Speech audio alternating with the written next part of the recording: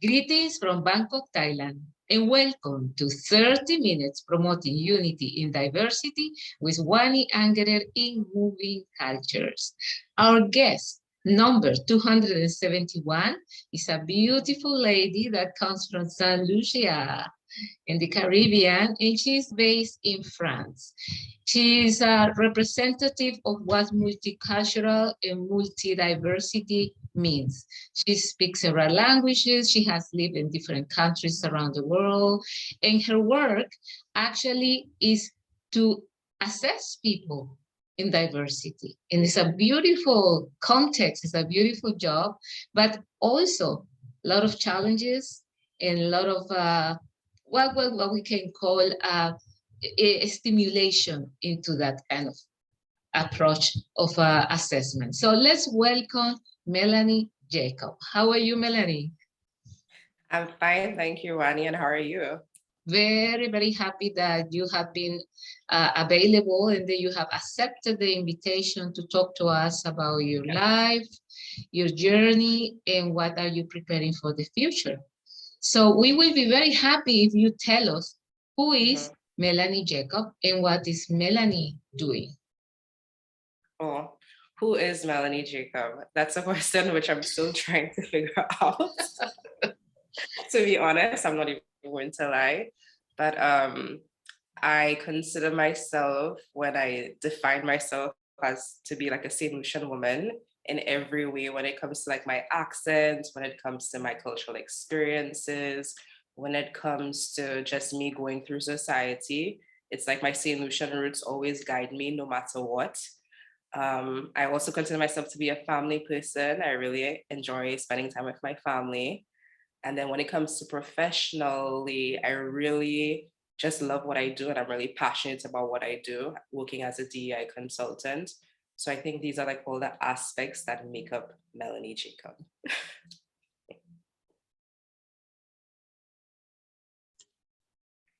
Melanie, that was a very concise introduction. I love that. I like it. But this is the moment that we need to elaborate a little bit more, like why diversity?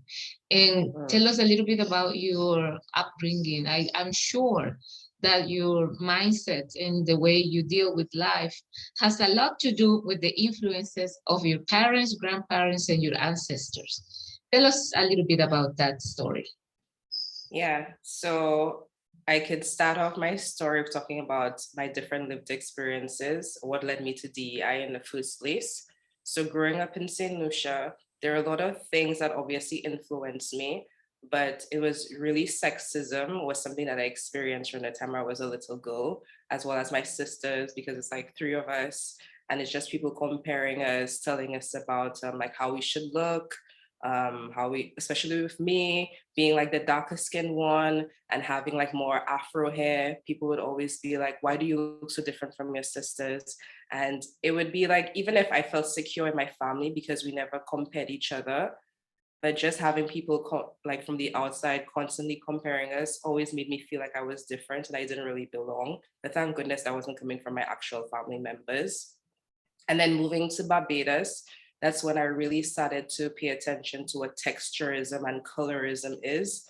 Because in the Caribbean society, even if we don't overtly experience racism, we do actually suffer from a lot of the effects of colonialization, which you can probably attest to growing up in Latin America. It's like people would see me and they're like, in Barbados, there's less like cultural mixing and racial mixing. Somebody who looks like me, all of a sudden people think that, or you come from like a higher socioeconomic background, or you just like privileged in a lot of ways in which I was not actually privileged. And people would often make comments about my hair, how they felt like I was more beautiful than like a darker skinned woman, or just all of these different things, which I never really thought were important. But obviously, like I had been experiencing colorism and texturism in Saint Lucia, but it never really like hit me until like I moved to Barbados and saw just how the treatment I received was completely different from what I was receiving in Saint Lucia. And then moving to Martinique, which is a French overseas department, that's when I really started experiencing xenophobia. I was on the receiving end of people being like, oh, you're from Saint Lucia, so that means you're this and that. And it's something obviously I wasn't comfortable with, but it's something I had to put up with because like I really wanted to improve on my French, because up until that time I had really been interested in Spanish. And so that was an opportunity for me to like live in a francophone country and work and just meet new people and practice speaking the language.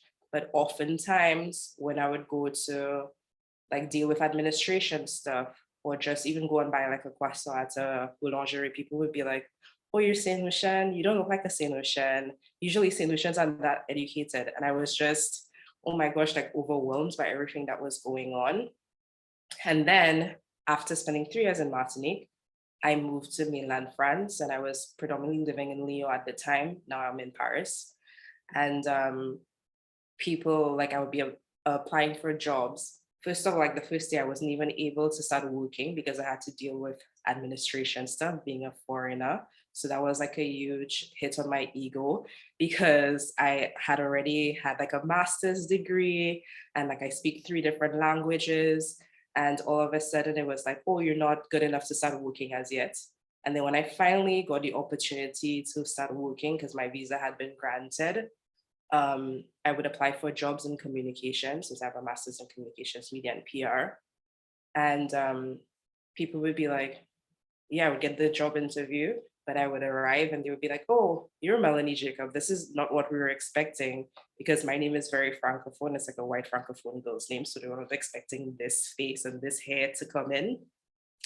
And they would be like, oh, but you're not French. Even if you speak all these languages, you're not French. So you don't understand our culture, you don't understand our identity. And it's very specific working in France, what you need to know. And all of these things really hurt me. And I started realizing, oh, wow, I am very different. Even if like I'm intelligent, I'm hardworking, I have degrees, I have a lot of different lived experiences that can add to this job market. Nobody wanted to hire me. And then that was the time I started having more friends from the different like African countries and overseas departments. And that's when he made me realize it's because you're Black. It has nothing to do with your qualifications or how intelligent you are. It's just the fact that you're a Black woman. So that's what really pushed me, especially during the pandemic, to want to do work where I felt like I could change the world. And that's what led me to diversity and inclusion work. Melanie, when you talk Yes. about discrimination on job-oriented spaces, because we're talking about working careers in France, do you have the same feeling in other countries? That's a very difficult question to respond to because I feel like in every country that I've lived in or I've even traveled to, there are different forms of discrimination, which usually are linked to white supremacy. And even in the Caribbean, even if we have like majority Black people living across the different Caribbean nation states, you still find that when it comes to colorism, it still very much impacts whether or not you get a job, if you have access to upward social mobility, just how people see you and what they expect, the different biases that they associate, the different things that they associate with you because of their biases. Even when I was working in Martinique, when I was doing the language teaching assistance program, the majority of the people, I can probably say like 99% of the other assistants were white and from mainland, like from the UK, from Spain, as well as from Australia, the United States. I was like the only Black person, as well as like the only Caribbean person a lot of the time. And then if they were like other Black people, they'd probably be like 1 or 2, but from the UK or something. And even when I went to the different schools that I was working at the secondary school, as well as the primary school, they would be like, oh, you're the first Black assistant we've had, or you're the first Caribbean assistant that you've had. Well, we haven't had, sorry. And it's very sad because literally Martinique is like 15 minutes away from Saint Lucia. But then to find somebody who looked like me or who came from Saint Lucia working there as an English language assistant was impossible, because people say, oh, like, oh, you're from the Caribbean, so you don't really know how to speak English. And even if they're from the Francophone Caribbean and they're Black, they don't realize that the same way that they're treating me is very discriminatory, because Mhm. they actually have the same background as me. And when they come to mainland France, they're like, oh, you're from Martinique, you're from Guadeloupe. So that means you don't know how to speak French, or you don't sound like a real French person. So it's like all of these things which are very unique to different societies. You find different manifestations of it in the different places that I've been afforded the privilege of living in. Yeah, and actually, this is a very interesting conversation because most of the time the approach and the dynamics is very personal. It actually doesn't really represent a society. It is the people you are connecting with in a specific time and in a specific space. And that actually is sad because it prints into your soul, and then you start to connect in a very distant way with people, so you don't allow yourself to be 100% into this celebration of being with each other, isn't it? Yeah. So let's talk, Melanie, a little bit about how do you get your clients, what is the demographics, how do you do your assessment? Well, that's a long question as well, because of like the kind of work that I do. It's really according to the company what kind of work that I will offer. So sometimes they would want me to deliver workshops or presentations and keynote speeches about different aspects of the company. The themes that I usually focus on has to do with intersectionality, because like I'm a Black feminist, as well as well, I talk about the experiences of like Black people in general, as well as of women. But obviously, like there are other things related to diversity and inclusion that I also touch upon. When it comes to getting clients, I usually work with like third parties. So they would hire me as like a freelance person to work with the different companies that need me. There's so many different things that I do. It can be from helping with developing DEI strategy, helping with the ERGs, figuring out what they would like to focus on. Sometimes the leaders need a little bit more help trying to figure out like how do we get leadership buy-in. I work on that too.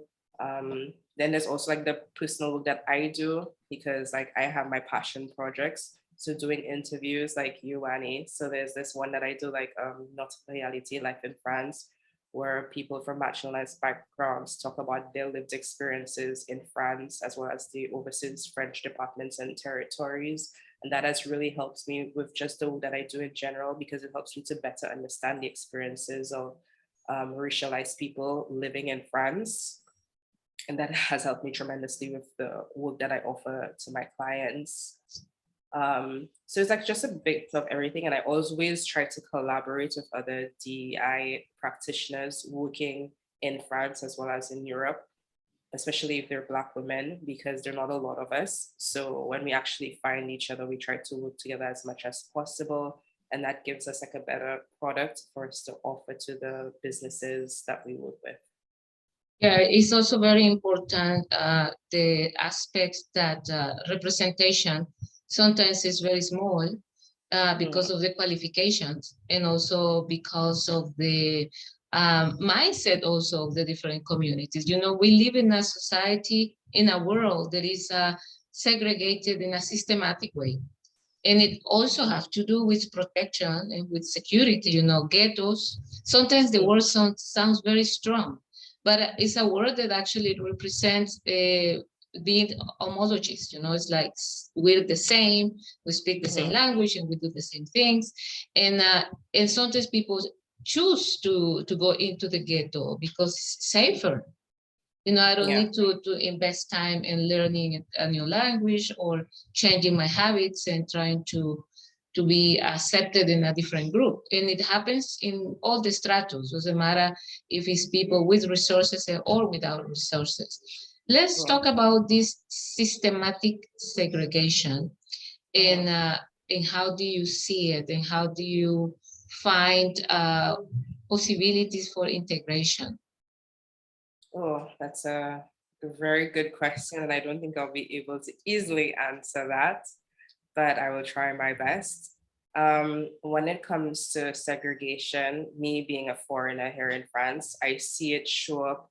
This is how I see it personally, but I see it show up in the laws that have been created in France, making people who come from foreign places feel like they don't belong, and they have to go through like long processes for them to be able to integrate into the society. And when I talk about integration, I'm talking about the type of integration that's like forced upon people to make them feel like you are different. We're going to make you a copy and clone of what a French person should look like. And they're not actually allowing for the different cultural aspects that make somebody different.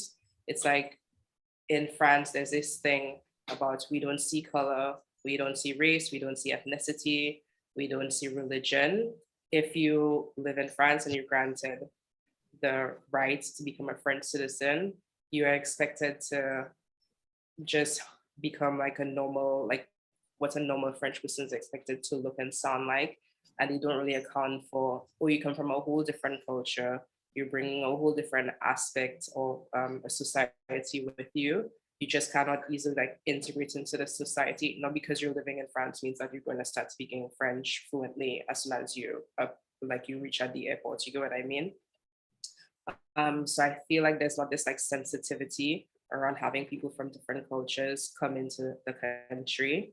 Um, and then obviously like in politics, the same way it manifests in the United States is the same way that it manifests here. It's like if you're other and you have like a different accent, um, people see you as, oh, you're coming here to take our jobs. And a lot of the time, the jobs that foreigners come to do here, these are jobs which the locals do not want to do.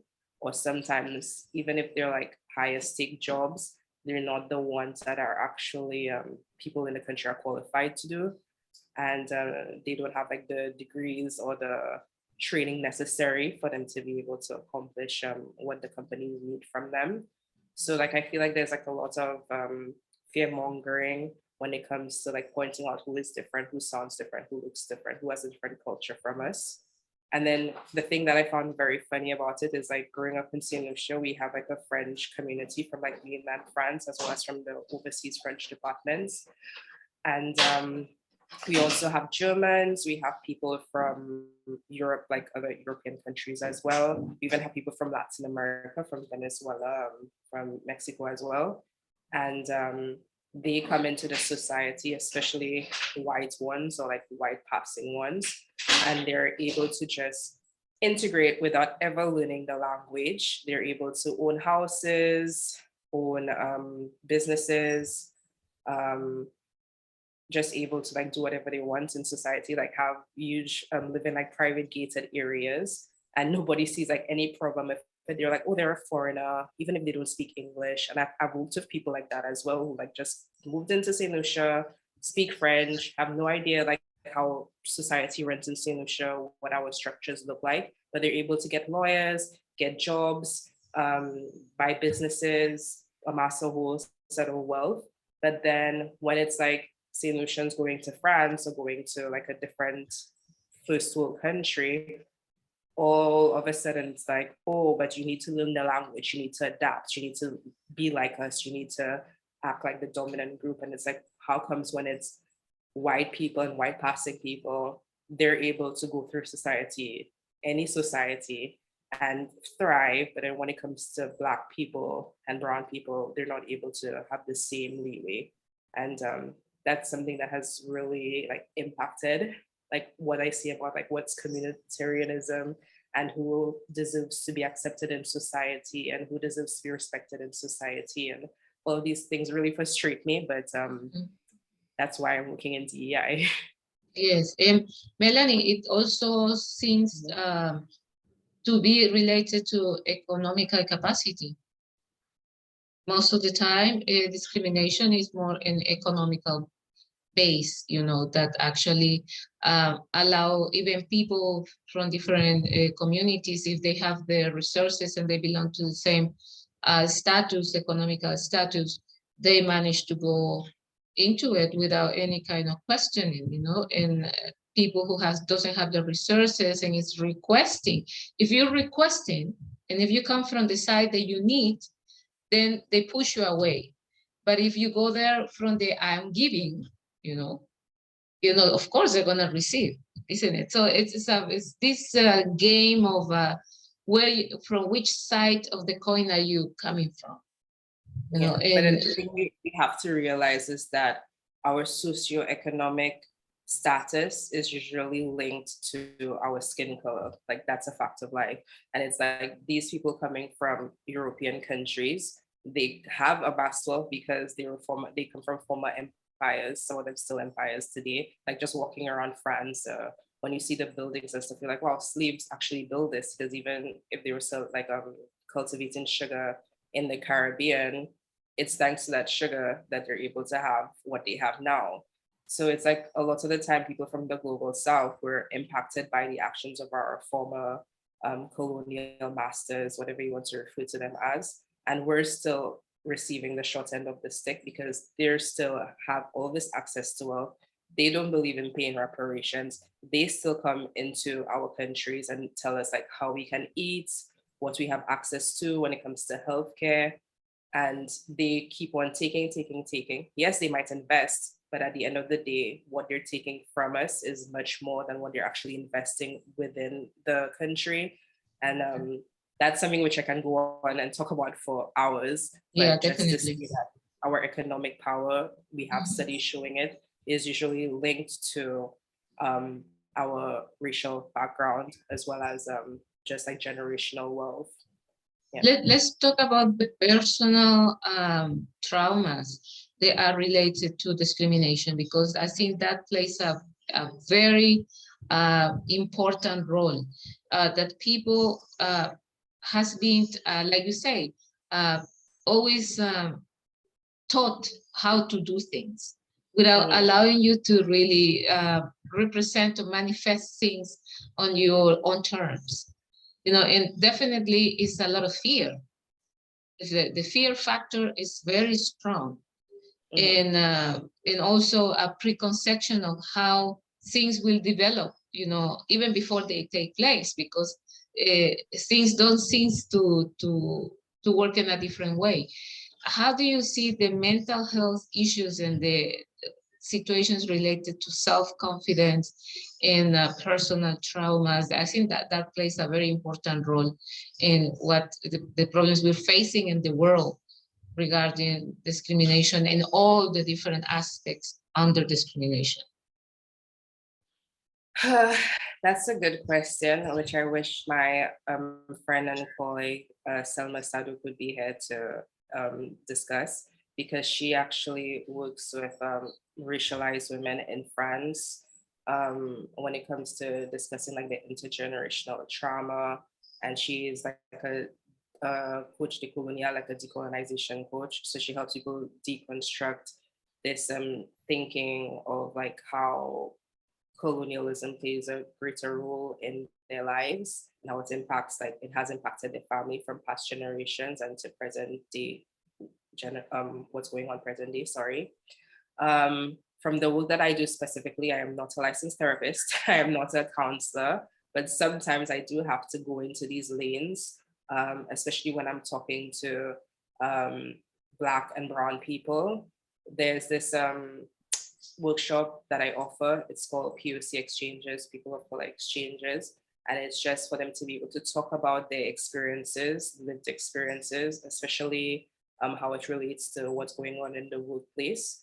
And from these sessions, I found that people from like racialized backgrounds, they usually talk about how they're first generation or second generation, and how they're looked upon by their colleagues, especially in France, because it's like, oh, you speak French, but you have an African accent or a Caribbean accent. So that means you're not really French.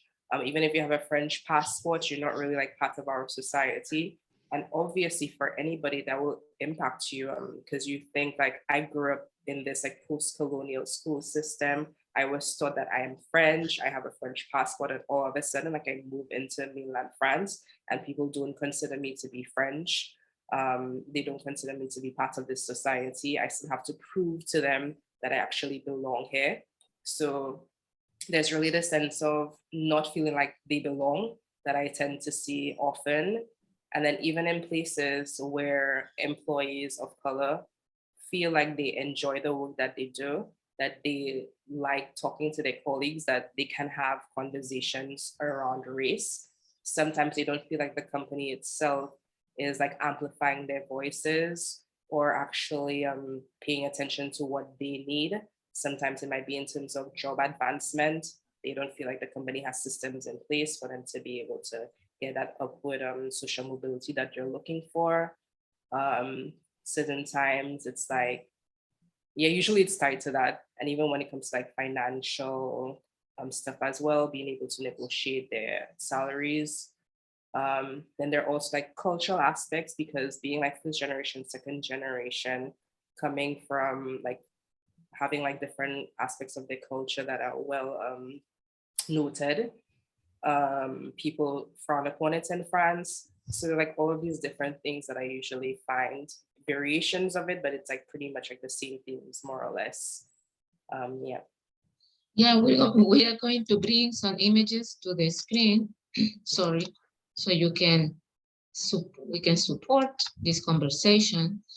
And this is we have 9 minutes to go on with this conversation, and the future is diverse. Melanie Jacob Consulting, tell us a little bit about your slogan.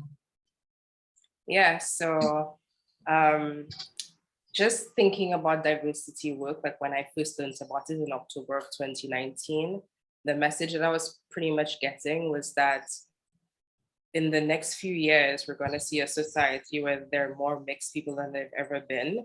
So when I was putting together my slogan, I was trying to say, like, how can I implement this? Like, we're changing, we're seeing people of different shades that we probably not, like, at a rate that we haven't seen before in the past. And then just thinking about like ethnicities, having people from different cultures, national origins coming together. I just wanted to like get that message like all in one, and that's how it came together with the future is diverse, like this accepted. Yeah, fantastic. Let's see. 90 seconds. Copa R. What is this story? Beautiful. Yes, so COPA is actually a group that I'm a member of. It's for DEI practitioners.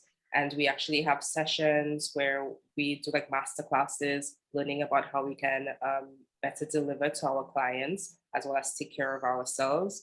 And I feel like if you're working in DEI or in any field, especially as a racialized person, it's always it's always good to have like this community around you that's there to support you, that you can learn from. And I'm very happy and proud to be a member of the COPA community. Started by Biba Ziga. I love the background and the green flowers. Yeah. I'll let Biba know. Okay. Here you are in your interviews, right? You were talking about it just recently. Yeah. Wani, you've really done like a deep dive into my life. So yeah, I'm actually talking about Notre Reality, life in France. And the whole reason I started this interview series, now I'm moving on to another one, it will be coming out soon. I cannot wait for people to find out about it. But yeah, I wanted to find out more stories about people who moved to France as a foreigner, because I know my personal lived experiences, what I have gone through. But then again, doing this line of work, I like to hear other people's stories, because it really helps me to be a little bit more compassionate and empathetic. So I started this series. I've done probably 10 interviews, I have no idea, but just people from different backgrounds, especially foreigners, talking about their experiences in France, the discrimination that they have had to face. And if you get a chance, you should check them out. They're in French and English with subtitles. It's a great idea just to post these images, and people can go and check you on YouTube. Yeah. Yeah, so this one was like an interview that I did for Twice as Hard. It's this like series started, by one of like my DEI colleagues, and she was just asking me to talk about like what it's like being a Black person, the work that I do, and just like how it started off. And it's another great interview, which I think you should check out if you haven't as yet. Yes, I've been checking you, enjoying.